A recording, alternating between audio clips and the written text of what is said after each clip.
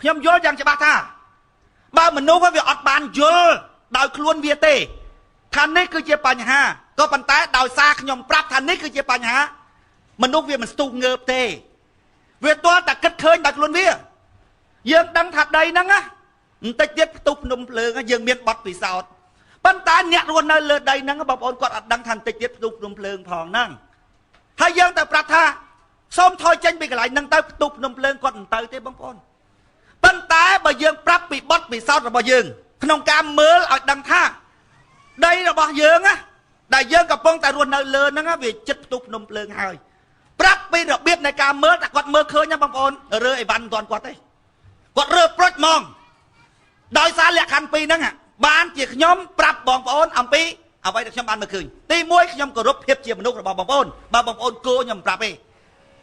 ទី2ខ្ញុំយល់ថាមនុស្សយល់ពីបញ្ហារបស់ខ្លួនណាវាធ្វើការមុតមមជាងមនុស្សដែលគេប្រាប់រួចហើយធ្វើដោយមិនយល់ថានេះគឺជាបញ្ហាអាការយល់ហ្នឹងធ្វើឲ្យមនុស្សធ្វើការបងប្អូនមានប្រសិទ្ធភាពខ្លាំងណាស់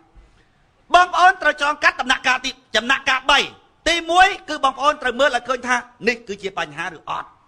ស្រុកខ្មែររបស់បងប្អូនកំពុងតែមានបញ្ហាមិនដែរឬទេអ្នកគ្រប់គ្រងគណៈបកប្រជាជនជាទូទៅគេមើលឃើញថាអត់មានបញ្ហាអីទេជាទូទៅ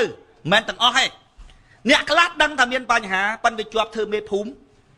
វាជាប់ធ្វើមេឃុំវាដឹងតាមិនដឹងទេចាំខ្ញុំប្រើពាក្យថាទូទៅជាទូទៅមិនទាំងអស់ទេអាខ្លះដឹងថាបញ្ហាដឹងថាផែនការរបស់យួនកំពុងអាសឹបយកដីខ្មែរដឹង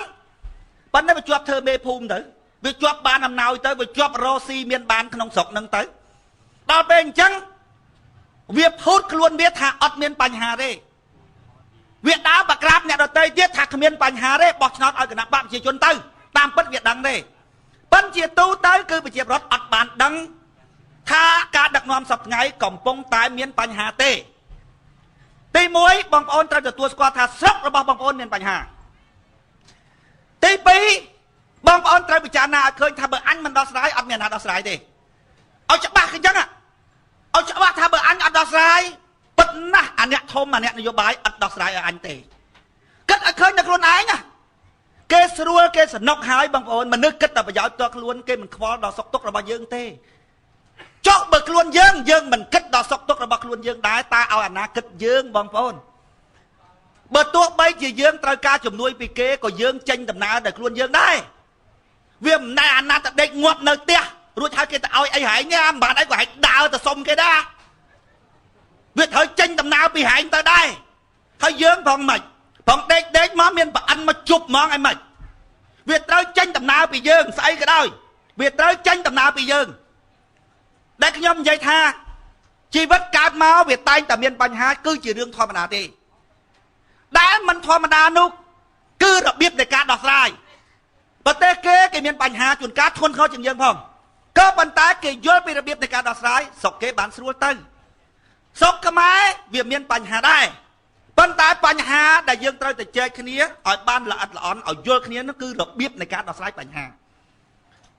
តើតាបងប្អូនមើលឃើញថាស្រុកមួយហ្នឹងបើអញទាំងអស់គ្នាមិនចូលរួមដោះស្រាយបញ្ហាទេស្រុកហ្នឹងគឺដោះមិនបានហ្មងខ្ញុំប្រាប់បងប្អូនអញ្ចឹងណាបងប្អូនបើបងប្អូនមិនបានគិតឃើញតែខ្លួនឯងបងប្អូនអត់ចូលរួមទេប៉ុន្តែបើបងប្អូនគិតឃើញតែខ្លួនឯងថាស្រុកហ្នឹងគឺអញត្រូវតែចូលរួមបងប្អូនណាផ្ទះយើងមួយសមាជិកនៅក្នុងផ្ទះហ្នឹងដាច់ខាតត្រូវតែចូលរួមដើម្បីដោះស្រាយបញ្ហាប្រទេសបញ្ហាផ្ទះរបស់យើងវាមានអាណាចង់បងប្អូនហេខ្ញុំអត់ចូលចិត្តនយោបាយមានអាណាចូលចិត្តហេពេលចោលមកប្លន់ផ្ទះយើងមកប្លន់ដីយើងខ្ញុំអត់ចូលចិត្តតាក់ទងជាមួយនឹងរឿងកាប់ចាក់មានអាណាចូលចិត្តហ៎ប៉ុន្តែបើគេមកប្លន់ផ្ទះយើងហើយនេះវាមានអាណាចូលចិត្ត